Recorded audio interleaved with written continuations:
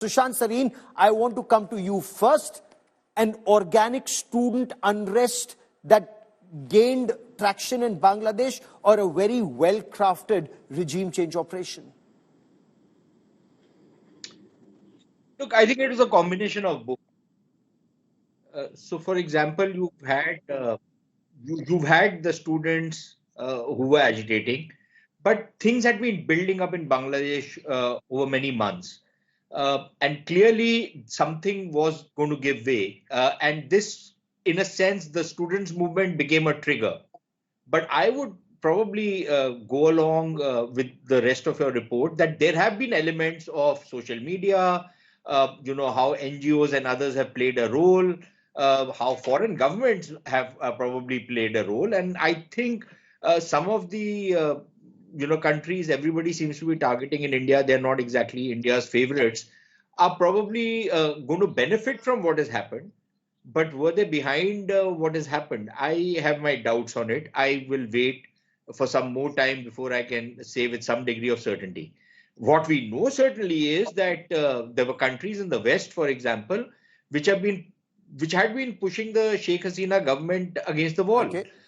They have been imposing sanctions on her and her ministers and members of her government on issues of democracy and the strangulation of democracy, even though the same United States and some of the other Western countries cannot see, they become completely like Mahatma Gandhi's three monkeys. They don't see any evil, they don't say any evil, and they don't hear any evil when it comes to Pakistan, where democracy has been killed, where opposition leaders have been jailed, where opposition parties have been put in prison. All kinds of things have happened. You've not heard a peep from the Americans on that, have you? So you're talking about the American double standards, American regime change operations, and America is notorious for this almost across the globe. But this was an organic movement that they capitalized on. Ambassador Chowdhury, these are inputs that we're gleaning and collating from across different parts of the country. But as someone who's inside Bangladesh, somebody who's donned the uniform at one point of time and has been Foreign Secretary of Bangladesh, how do you view this? Did the BNP or the Islamic Chhatra Shivir and the Jamaat-e-Islami ride that popular unrest? Thank you for bringing me in finally, after you have all had your say. And I literally was bursting with laughter with all the narratives that your people were presenting, that Bangladesh is in a meltdown. Unless till such time Mr. Sanir came on the line, and he, I think, added some quality input into the discussions today. You are totally underestimating the emotions of the new generation in Bangladesh. Branding every anti-Hasina, anti-Awami League person as an ISI or a Jamaat agent only exposes your ignorance about our country and our Fair society. enough, sir. Be that as it may, but let me finish. Be that as it may. Okay, I'm asking you on facts, Ambassador. You talk. I'm going off the line. You talk. I'm going off the line. Okay. You have invited me. I didn't want to come. Sure. If you let me come, then let me finish my bit. Everybody else has been talking except me. So please give me a chance to talk. Hear me out first, and then what you say, whatever you want to say. So don't stop me while I'm talking. Please don't do that. The fact is that you called the election controversial. I took part in the last election as a representative of a small party. We call it Trinamool BNP. And I have seen with my own eyes, I've experienced it personally, the degree of rigging that takes place in election under Sheikh Hasina's government. The election commission is handpicked by her. In 2018 elections, the vote were cast the night before the election, not even on the election day. So what are you controversial election? This is a fraudulent fraud, totally rigged election with no legitimacy, with 7 to 10% voter turnout at best. And this is a democratic country, Bangladesh, which is born through a democratic movement, which turned into an armed movement. So you underestimate all that, you ignore all that, and you're finding an ISI behind every tree. Look, I'm a freedom fighter. I will never tolerate ISI activity in my country. I'm a freedom fighter. I fought for this country. I was wounded Fair in the war. enough. I was a lieutenant. Fair enough, but are you tolerating Hindu temples being targeted in your country? Because we haven't heard a word from you on Hindu temples being targeted and not one, multiple temples have been targeted. So, sir, you can switch off your camera, you can switch off your mic, but if you are being honest, then you have to tell me what are these protesters doing, burning down Hindu temples and homes and businesses across 27 districts in Bangladesh? You have no knowledge. Mr. Moderator, well, that's the Daily Star of Bangladesh, unless you're saying the Daily Star has no knowledge. Daily Star report was yesterday's event. What has happened since yesterday's Daily Star event and today is live on our free television. That the protesters, the madrasas are out there protecting all religious institutions belonging to the minority communities. So Hindu, who targeted temples? Christian, let's take it one by one. Hold on. Sir, please be fair. Please be fair. Please be fair, Ambassador Chowdhury. You're former foreign secretary. You may have been an opposition leader, but you're also sir, please be fair. 27 districts were Hindu temples and homes targeted. Were Hindus targeted in Bangladesh? Were these protesters? Were these revolutionaries, or were they jihadis? These were not part of the revolution. Because revolutionaries has come out defending temples, churches, and Buddhist priests. These were people who were taking advantage of a fluid situation, and I condemn them. I condemn them from the depth of my heart. This is not Bangladesh. Now, you are reporting only of what happened yesterday. You forget that the same I'll get you interviews of people I've spoken to today in Bangladesh. How many temples were burnt? How many Hindus were killed by the Ahmadi cadre? None of them were investigated. You go to Ramu, you go to Communal, you go to Noshindi, you'll see examples of innumerable instances where Ahmadi cadres were burning Hindu temples, where Ahmadi cadres were taking over Hindu properties. None of them was reported in your television. Sir, for you it may be a political issue between the opposition and the ruling party.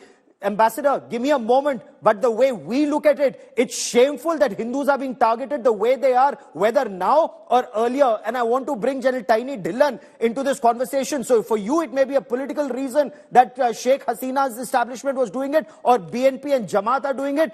Sir, we are not looking for ISI behind every tree, but we hope after this revolution, Hindus will be safe in Bangladesh. And General KJS Dhillon, that's a cause for grave concern right now, the way Hindus are being targeted. Whether the ambassador thinks it's yesterday's news or the development today that Hindus are fleeing, they want to flee in fear if their security is not, if their security, Sushant Sareen, is not guaranteed, Sushant Sareen. Yeah, I think the ambassador is quite right. It was the pogroms against the Hindus have been happening even under the Sheikh Hasina government. The only thing was that, at least on the face of it, Sheikh Hasina's government pretended to be secular and, secularize the constitution. But on the ground, that didn't really work. And look, if you look at just the percentages of Hindus in Bangladesh, the real ethnic cleansing of Hindus has taken place in Bangladesh. It's not taken place so much in Pakistan, because much of what had to happen in Pakistan happened in 47. In Bangladesh, till as late as the 1970s, it was about 22-24%. Since then, it's come down to less than 10%. I think it's 8.5% Hindu population. Where have these people gone? It cannot be that they've been outnumbered by the growth in Muslim population. They have been pushed out of Bangladesh. We know that. If somebody wants to deny it, you can deny it. So there is a major communal problem in Bangladesh. There has been a kind of, for the want of a better word, a genocide of Hindus in Bangladesh. And what happened yesterday will only enhance the insecurity of the Hindu community, because there has been no let or hindrance. Now, you can put 5, 10, 20 people out of 15 places and plaster those photographs on social media and on mainstream media and say that, look, people are coming out to protect these guys. But many of these mullahs and maulvis have been also responsible for these pogroms. And to deny that this kind of stuff is happening, I don't think it's going to serve any purpose except for propaganda purpose, because the reality is in front of everybody. And we can hear the screams, we can see people appealing, directly and indirectly to be evacuated from places, to be safe. Yes. Why else the Bangladesh army, for example, give numbers of military officers who need to be contacted if people are in trouble. But the people claim, the Hindus claim, that when we try and get in touch with these people, nobody is responding to our calls. So clearly there's been a complete breakdown of law and order. Yes, maybe in a few places some good Samaritans have stood together to protect the minorities. But by and large, the minorities are extremely insecure in Bangladesh. Anybody wants to deny that reality, they're free to do it. But I'm afraid I can't accept it. And the world sees, Ambassador Chowdhury, what's happening on ground, whether you look at it as a fluid situation or something that's been happening in a sustained manner. The apprehension is that will this intensify in the days, weeks and months ahead? What is your reading of the situation, sir? I'm confident. I'm absolutely confident. I know my country better than you do. I know my society better than you do. I know my people better than you do. I'm confident this is a temporary phenomena. And as I've said, that certainly I don't want to see anybody suffering from a sense of insecurity. I spoke to the former health minister, who's a Hindu himself. He was feeling very secure. He was feeling very confident. He's moving around. Nobody's even bothering him. In my village, in my district, not a single temple has been even attacked, let alone attacked, have been even approached by anybody. Okay. Not one thing. And then some of the biggest temples are in Sylhet. Some of the oldest temples are in Sylhet.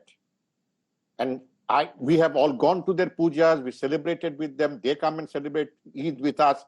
We don't go on hunting and killing people who do business with cows. We don't lynch people, cow merchants in Bangladesh. Well, apparently there have been some lynchings in Bangladesh, including of Awami League leaders, allegedly by the revolutionaries in the past 24 hours. You can tell me if those reports are true or false. You forget that sir, I forget nothing, sir. Killed by Awami League thugs. You forget that 300 people have been killed by Awami League thugs and by the police. A young boy delivering water to the protesters have been killed, shot. A young student stood in front of the police with his hands out. He said, okay, I believe in justice in this country. You want to kill me, kill me. And that justifies lynching in your view, sir? Fair enough. But no action was taken against the policeman until yesterday. The government denied this incident. It was live on television. Maybe it was not on your television. It was live on every television. It was live on every television, sir, without fear or favor. We show facts. We show facts without fear or favor. At the same time, we don't believe in selective cover-up either. And we don't believe in giving cover fire to radical Islamists if they're hoping to return to power, riding piggyback on a social movement. But let me bring in General Tiny Dhillon for another perspective on the story, Ambassador. Stay with me for a moment. Let me bring in General KJS Dhillon. He's former Chief of Defence Intelligence. General Dhillon, there are reports that seem to indicate that yes, there was student unrest, yes, there was anger, but this is where the Islamic Chhatra Shivir, their cadres, they infiltrated universities, they fomented the trouble, digital media, big tech was used from TikTok to X to Snapchat to foment the trouble. And the plot that was hatched in the United Kingdom with ISI, and of course, Ambassador Mubin Chowdhury may not like it, but BNP allegedly involved in it. What is your reading of these reports, sir? Thank you, Gaurav. See, this type of large-scale protests cannot be raised and sustained. They cannot be sustained the way these protests in Bangladesh have been sustained over the last few months. It's difficult to sustain an organic protest like this without funding, without any motivation, without any radicalization, without infiltration by the people who are going to benefit from this. So without getting into the names and other things, there are powers or there are forces who are going to benefit from Ms. Sheikh Hasina being ousted. And those can be counted where the time passes, as Mr. Sreen has very rightly said. As the time passes, those people will get exposed. So as of now, the student unrest, to just call it a pure students' unrest, I think let's not fool ourselves. They have been infiltrated by the radicals, by the Jamaat-e-Islami, by the ISI, and ISI presence is very much there in Bangladesh. No one can deny it. I am very sure Ambassador Chowdhury knows about it. Although, he has fought the liberation war, And that's one good thing about Bangladesh people. They all have seen the liberation war. They all have seen the miseries brought to them by the West Pakistan.